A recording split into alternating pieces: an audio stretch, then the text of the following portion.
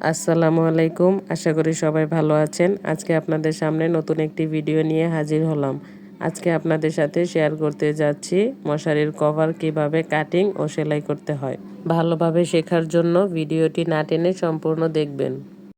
এখানে আমি একটি কাপড় নিয়েছি। কাপড়টি লম্বা এবং চওড়ায় 16.5 ইঞ্চি রয়েছে। এখন কাপড়টিকে 4 ভাঁজে ভাঁজ করে নিব। বন্ধ পাশ থেকে 8 ইঞ্চি মাপ নিয়ে একটি দাগ দিয়ে নিব। ঠিক একইভাবে সব দিকে ঘুরিয়ে ঘুরিয়ে 8 ইঞ্চিতে দাগ দিয়ে রাউন্ড শেপ করে নিব। এবার দাগ অনুযায়ী কাটিং করে নিব। কাপড়ের ভাঁজটি খোলার পর দেখা গেল কাপড়টি একটি বৃত্তাকার শেপ হয়েছে। এখন এটিকে পাশে রেখে অন্য আরেকটি কাপড় নিয়ে নিব। এখানে 2 পার্ট কাপড় রয়েছে। এই কাপড়টির উপর আগে থেকে কেটে রাখা কাপড়টিকে 2 ভাঁজ দিয়ে সমান করে বসিয়ে নিব। নিচ থেকে 1 ইঞ্চি পরিমাণ কাপড় বাড়তি রাখবো বোতাম ঘর করার জন্য। বাড়তি কাপড়টুকু ভাঁজ দিয়ে ভিতরের দিকে নিয়ে নিব। এখন দুটি কাপড়কে একসাথে সমান করে নিয়ে নিচের কাপড়টিকে উপরের কাপড়ের মাপে কাটিং করে নিব।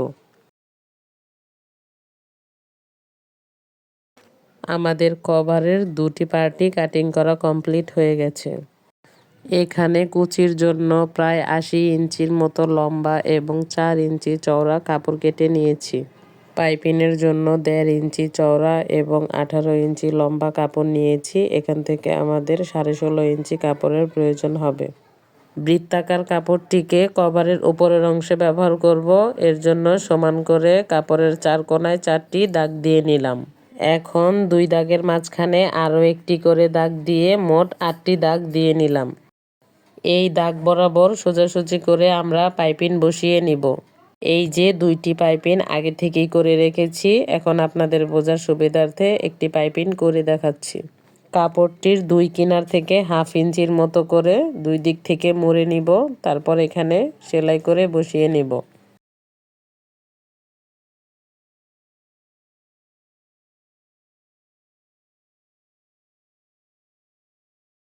পাইপিং করা হয়ে গেল। এখন আরেকটি পাইপিং করা বাকি রয়েছে, এটিও সেলাই করে নিব।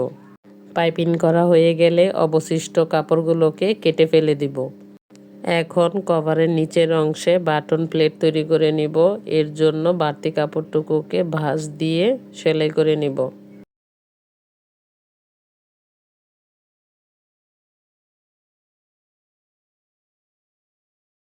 অন্য পাশে বাটন প্লেট তৈরি করার জন্য পাইপিনের একটি কাপড় এই কাপড়ের সাথে সেলাই করে নিচ্ছি। এক্ষেত্রে পাইপিনের কাপড় এবং কভারের কাপড় দুটোই উল্টো পাশে থাকবে। এখন পাইপিনের কাপড়টি সোজা করে নখ দিয়ে হালকা করে ঘষে নিব, এতে করে ফিনিশিং ভালো আসবে। এখন কাপড়টির মাঝ বরাবর আরেকটি পাইপিং করে নিব। এর জন্য কাপড়টিকে 2 ভাঁজ দিয়ে মাঝখানে একটি চিহ্ন কেটে নিব। তারপর পাইপিংটিকে মাঝখানে বসিয়ে সেলাই করে নিব। সেলাই করা হয়ে গেলে এই পাইপিংটিকেও 2 ভাঁজ দিয়ে সেলাই করে নিব।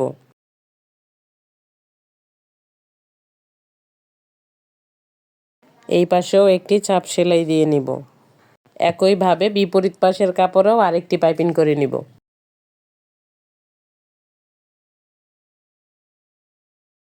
বাটন প্লেটে পাইপিং করা কাপড়টিকে উপরে এবং অন্য কাপড়টিকে নিচে রেখে কিনার থেকে 2 ইঞ্চিতে একটি দাগ দিয়ে নিব।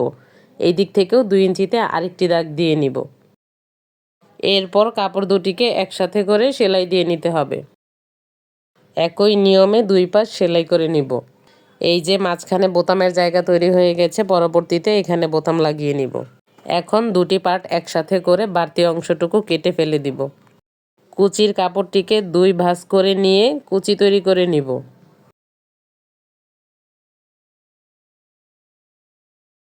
যে কোনো একটি পার্টের উপর কুচির কাপড়টিকে আগে সেলাই করে নিব।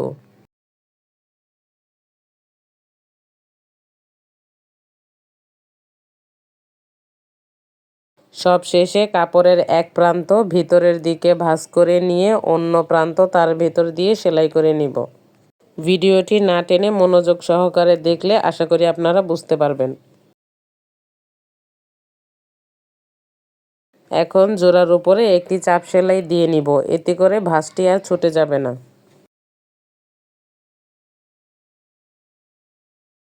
কুচিগুলোকে ভিতরের দিকে দিয়ে তার উপর আরেকটি কাপড় রেখে সেলাই করে নিব। আপনাদের যদি আমার ভিডিওটি ভালো লেগে থাকে তাহলে লাইক, কমেন্ট এবং শেয়ার করতে ভুলবেন না। এবং আপনাদের কাছে আমার ছোট্ট একটি রিকোয়েস্ট, যারা এখনও আমার চ্যানেলটিকে সাবস্ক্রাইব করেননি, আমার চ্যানেলটিকে সাবস্ক্রাইব করে বেল বাটন অলে দিয়ে রাখবেন। এতে করে আমার সেলাই কাজের ভিডিও আপলোড করা মাত্রই পৌঁছে যাবে আপনার কাছে। সবাই ভালো থাকবেন, সুস্থ থাকবেন। আজকের মতো বিদায় নিচ্ছি। আল্লাহ হাফেজ।